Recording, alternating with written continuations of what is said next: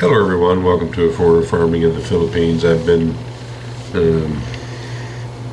putting off making this video for quite some time because I just, I knew I was going to have to make it, but I've just been procrastinating for many hours. And part of it is because I still don't feel good. And probably did too much today.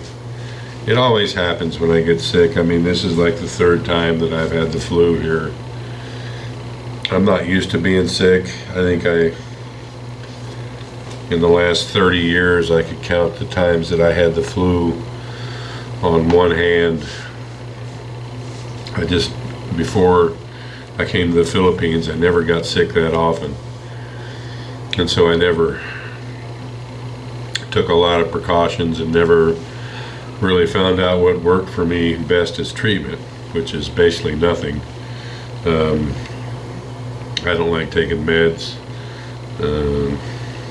They generally just mask your symptoms. There is no cure for the cold or the flu. With the flu, there's a bit of prevention, but you can't cure it. You can suppress the symptoms a bit. You can deal with your runny nose and your cough, but those are bodily functions, and when you're sick, I mean, you're coughing for a reason, and that's to keep the fluid out of your lungs, the mucus.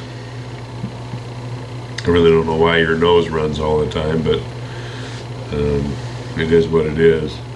And the fever is to kill the whatever virus is attacking your body. So I was never a big fan of treatment for the flu anyway. Just kind of suffer through. I have come to the firm conclusion, though, that I, under no circumstances, can afford to have less than 6 hours of sleep a night, because every time that I've gotten sick with the flu here, it was because I got 3 or less hours of sleep in a night. And I was kind of thinking, that it crossed my mind when I went to pick up Maricel and Hagna. I knew I was only going to get 2 hours of sleep. I was kind of thinking I was going to get sick if I made that trip, but I didn't want her to have to ride in one of those white vans of death or wait around 2 or 3 hours for a bus. So I bit the bullet and went and picked her up. On a bright note, though, a nice warm beverage is delicious. I've got some, I'd made a cup of cocoa before with the all-natural cocoa, and of course it always sinks to the bottom. But I went in and just refilled my cup up with hot water and almost have a real hot cup of hot chocolate again. The hot chocolate warms up your sinuses and helps them drain.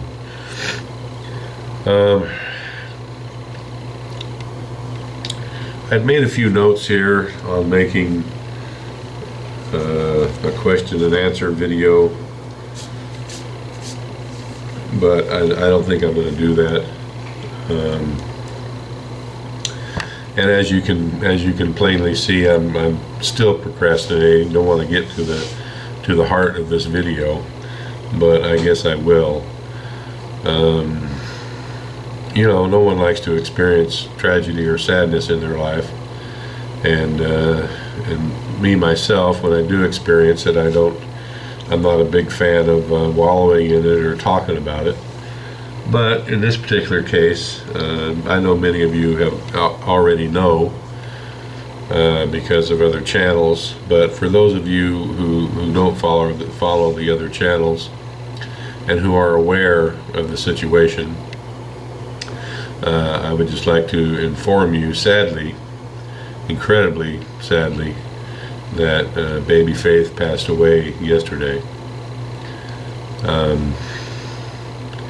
You know, bless that child. It's just one of those things. She never really had a chance from day one.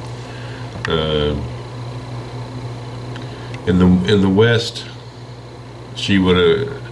I'm sure it would have been a much different outcome because of the readily available health care. But in this particular location in the Philippines, and with her family dynamic, that child was just doomed. Terrence and Beth did try to help in the beginning.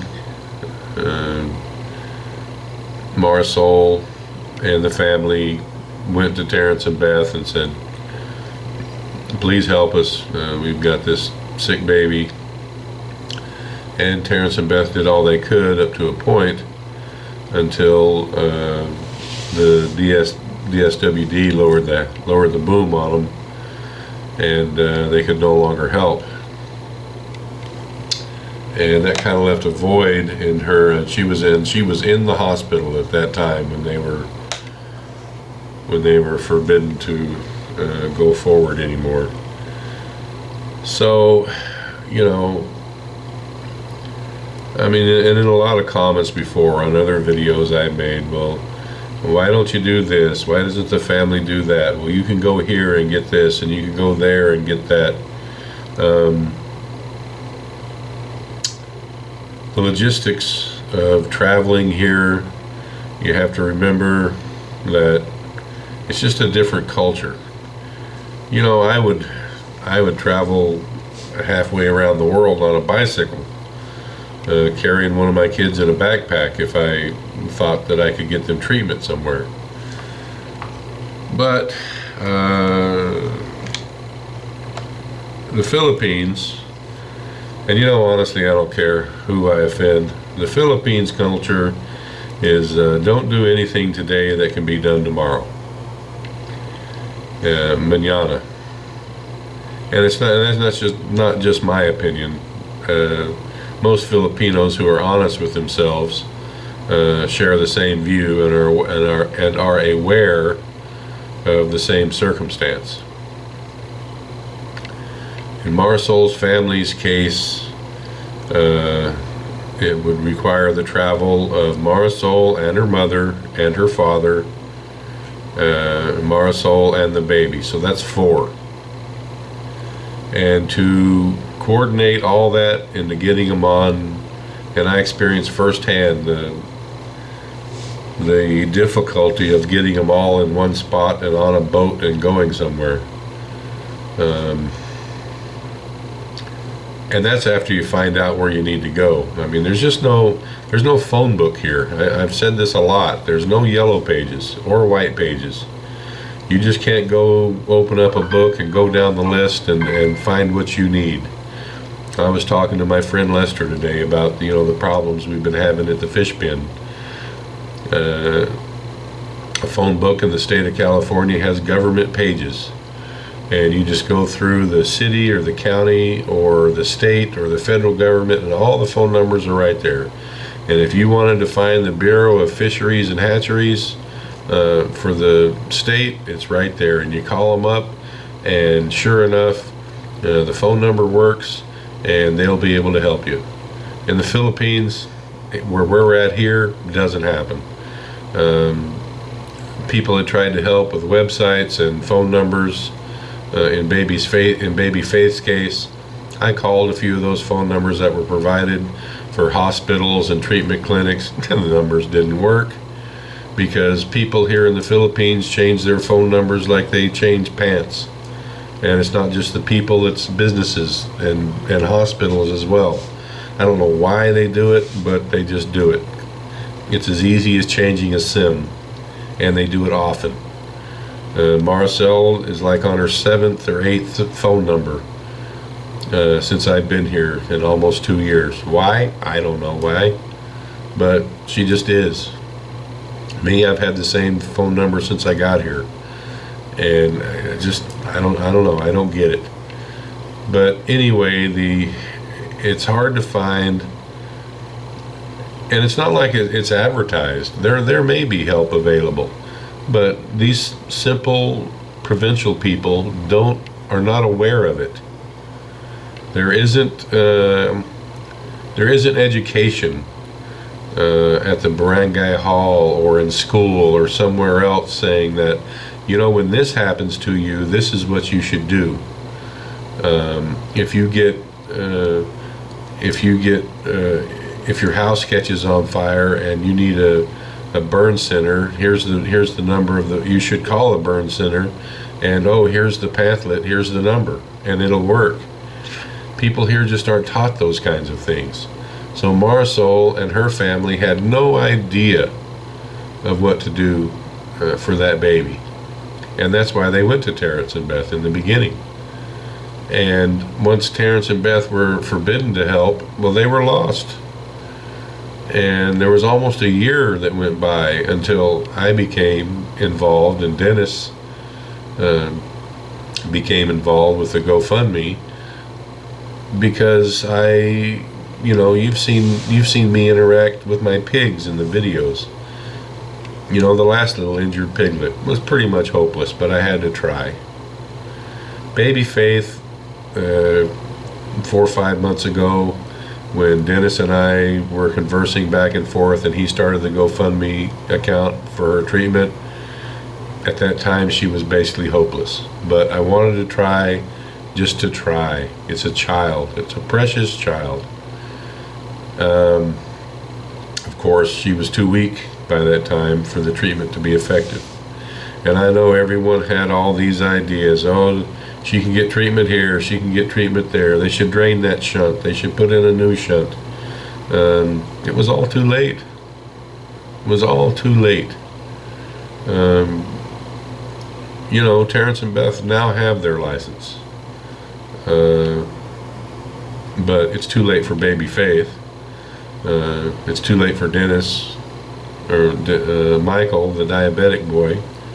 He's passed. I think there's another case that ended tragically because they were unable to help.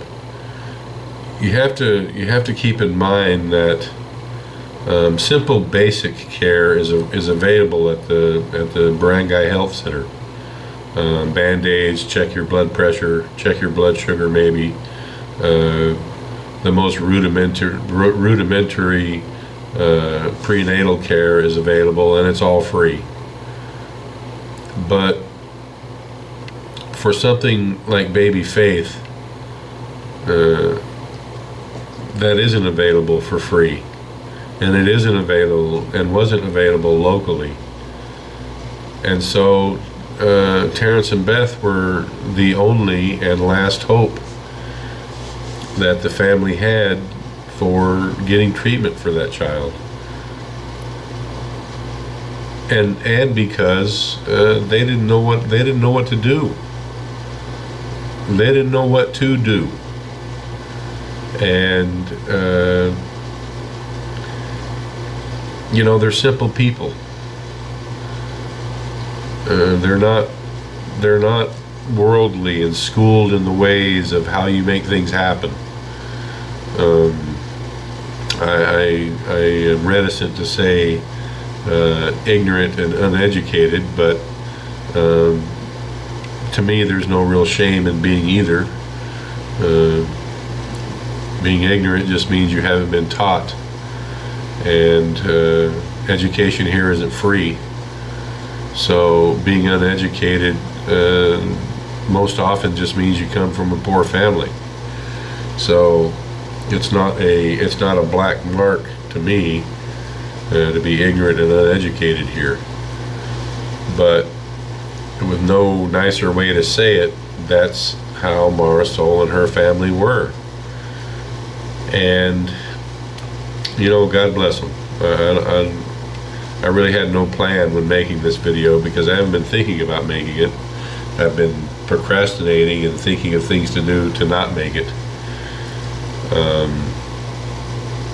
My sadness for this child is just, I'm not going to go into the things that Marisol and I did personally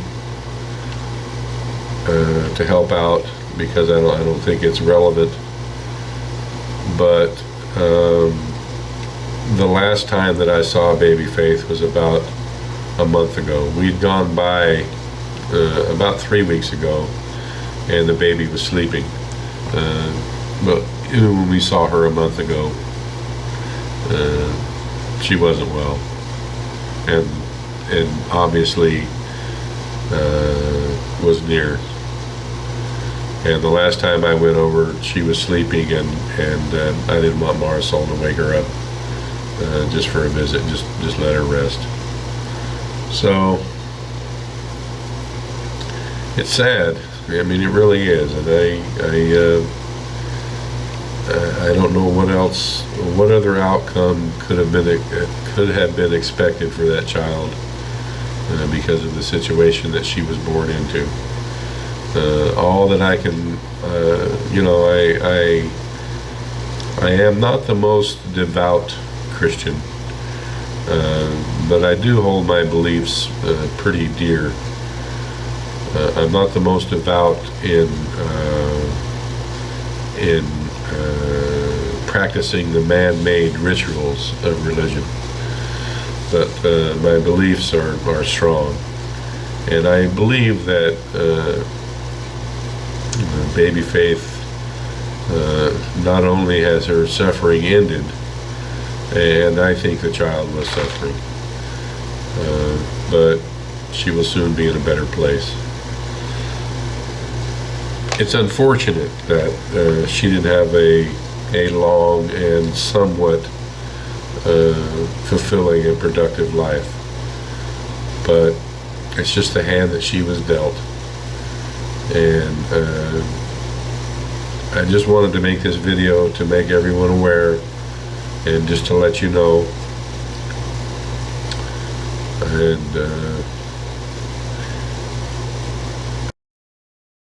I don't know if I have well, I was going to look and see if I have Marisol. I have Marisol's information, of course, but I haven't asked her if I could give any of it out on a video, other than, I think I have put it in a few videos at the end, Marisol's number and her Facebook. But and I was going to say, if you guys feel like it, drop her a line of condolence. But I'm fairly sure that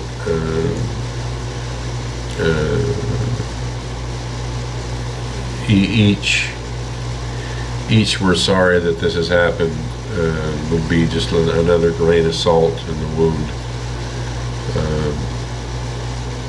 Just everyone give a blanket condolence and a silent prayer for her and her family, Marisol and her family, and for baby Faith as well. Not really necessary to pray for an angel, but I know this is hard on Marisol. She's a young woman. She's in her middle 20s, and it was her only child. So it's got to be tough on her. So if she's in your guys' thoughts, put her in your prayers as well. I'm sure she would appreciate it. I know that I would. So, I hate to be such a downer, but I just wanted to inform you guys. So thank you. Please like, comment, share, and subscribe.